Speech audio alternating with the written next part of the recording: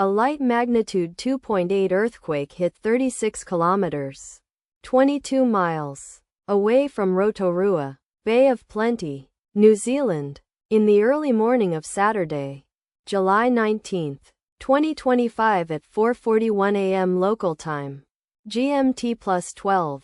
The quake had a very shallow depth of 5 kilometers, 3.1 miles, and was reported felt by some people near the epicenter.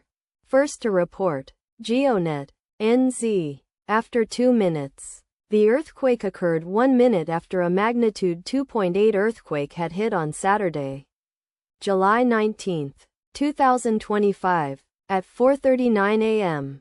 GMT+12 local time, in 0.6 kilometers, 0.4 miles, distance to the northwest. Data source from Volcano Discovery. Did you feel it? Let us pray. May the earthquake that occurred not affect our brothers and sisters there.